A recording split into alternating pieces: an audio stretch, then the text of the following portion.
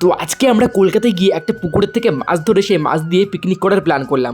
আর সেই পিকনিক করতে গিয়েই হলো এক বড় ঝামেলা। তো প্রথমেই আমরা চলে এসেছি মধ্যমগ্রাম স্টেশনে। এখান থেকে আমরা স্টেশনের পাশে একটা দোকান থেকে কিনবো বড়শি, তার সাথে সাথে আরো কিছু মাছের খাবার, ফাতনা আর অনেক কিছু। তো এখন দেখতেই পারছো চলে এসেছি বড়শির দোকানে, আর এখানে দেখতে পারছো কত কিছু মাছ ধরার সামগ্রী রয়েছে।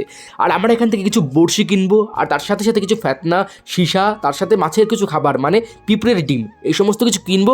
কিনে নেওয়ার পরে গিয়ে বড়শি বানিয়ে তারপরে মাছ ধরবো। আর মাছ ধরতে যাওয়ার আগে প্রথমেই আমরা পেট পুজো করে নেবো, কারণ বুঝতেই পারছো মাছ ধরতে কতটা খাটনি হবে।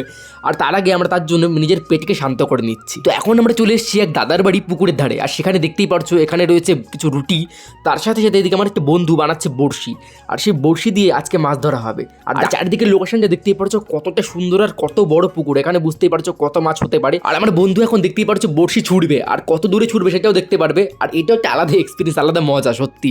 আর এখন আমি নিজের হাতে দায়িত্ব তুলে নিয়েছি মাছ ধরার, আর দেখতেই পারছো আমি বড়শি নিয়ে দাঁড়িয়ে পড়েছি পুকুরের ধারে মাছ ধরার জন্য, যদিও একটা মাছও বাঁধছে না।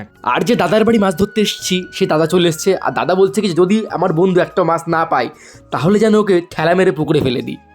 কিন্তু কষ্ট একটাই, অনেক চেষ্টা করার পরেও একটা মাছও আমরা পেলাম না। মানে এতটা পরিমাণে কষ্ট হচ্ছিল সে সময় কি বলবো। আর শেষ অব্দি বন্ধু মাছ না পেয়ে বড়শিটা আম গাছের মধ্যে ঢুকিয়ে ফেলেছে, সত্যি কি আর বলি। যাই হোক, দেখা হচ্ছে নেক্সট ভিডিওতে, ততক্ষণে বাই।